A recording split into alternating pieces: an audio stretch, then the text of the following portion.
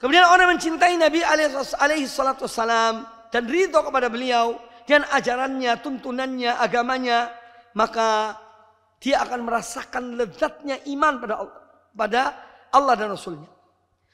Karena iman itu ada kelezatannya. Kalau makanan ada kelezatannya. Yang tidak merasakan lezatnya makanan itu hanya orang sakit. Ya. Mulutnya pahit. Ya. Makanya akidah itu kalau juga akidah rusak, ya, maka rasa cinta kepada Nabi SAW itu tidak ada rasanya. Kecuali orang betul-betul mau mukhlis pada Allah Ta'ala dalam mencintai Nabi Sallallahu Alaihi Wasallam. Nah, iman itu mempunyai rasa. Ya. Kalau makanan mempunyai rasa, ada rasa lezatnya, hati ini ada rasa kepuasan dalam satu hal ketika dia beriman pada Allah, mendapatkan ketenangan. Ya. Maka cinta kepada Nabi SAW, ya, atau beriman pada Allah dan Rasulnya SAW, juga ini ada rasanya. Ya. Seorang yang betul-betul ikhlas pada Allah Azza wa Jalla, dia akan merasakannya. Di antara dalilnya ada hadis Anas bin Malik radhiyallahu an. Kata beliau, qala Rasulullah sallallahu alaihi wasallam. Rasulullah sallallahu alaihi wasallam bersabda, "Salasun man kunna fihi wajada halawatal iman." Ada 3 perkara. Apabila 3 perkara ini ada pada diri seseorang, maka dia akan merasakan manisnya, lezatnya iman itu. Yang pertama, an yakunallahu wa rasuluhu ahabba ilaihi mimma siwahum. Allah dan Rasulnya lebih dicintai daripada selain Allah dan Rasulnya. Yang pertama adalah dia betul-betul mencintai Allah dan Rasulnya, melebihi cintanya kepada selain Allah dan Rasulnya. Ini seorang akan merasakan lezatnya iman itu. Kemudian yang kedua, wa an yuhibbal mar'a la yuhibbuhu illa lillah. Dia akan merasakan lezatnya iman ketika dia mencintai saudaranya seorang muslim, ya, yaitu sebagaimana dia mencintai seorang mukmin. Dia tidak mencintainya kecuali karena Allah. Ya.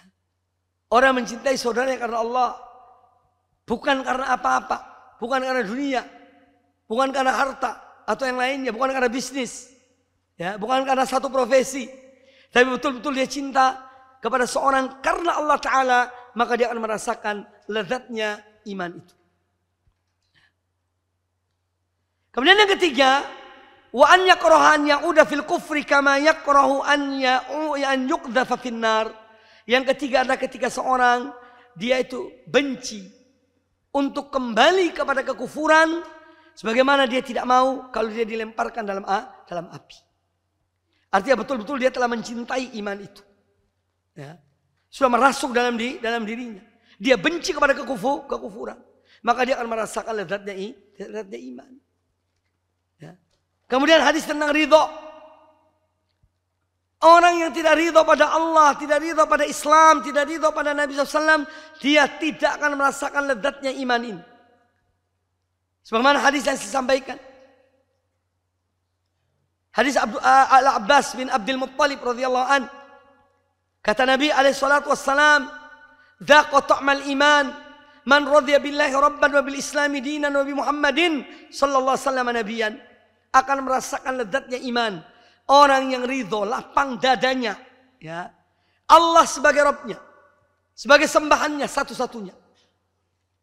Orang yang ridho Islam sebagai agamanya.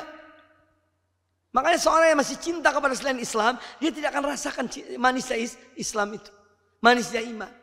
Karena cintanya kepada macam-macam, ya, kepada filsafat, liberalisme, ya, dan yang lainnya. Selama masih condong ke sana, tidak mungkin merasakan lezatnya iman kepada Allah dan Rasulnya. Tidak akan merasakan lezatnya iman orang yang ridho Allah sebagai Rabbnya, orang yang ridho Islam sebagai agamanya, dan seorang yang ridho Nabi Muhammad sallallahu alaihi wasallam sebagai nabinya.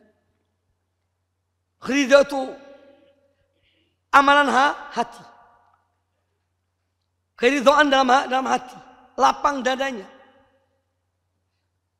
Dia tidak sempit dengan ajaran-ajaran Allah dan Rasulnya. Kalau seorang masih merasa sempit dengan ajaran-ajaran Allah dan Rasulnya, berarti dia belum ridho. Walaupun dia tidak ungkapkan, tapi ada kesempitan dalam dirinya terhadap ajaran Allah dan Rasulnya.